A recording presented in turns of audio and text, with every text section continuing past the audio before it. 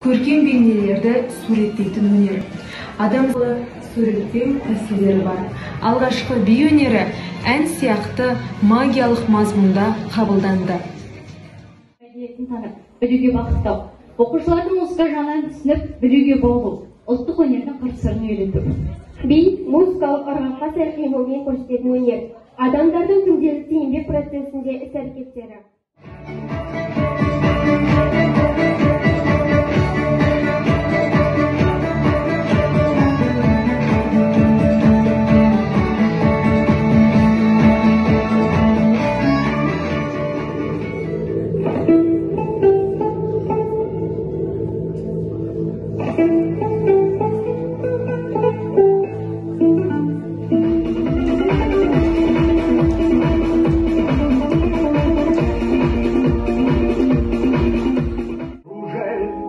Ты ко мне верю и не верю, падал снег, плыл рассвет, осень моросила.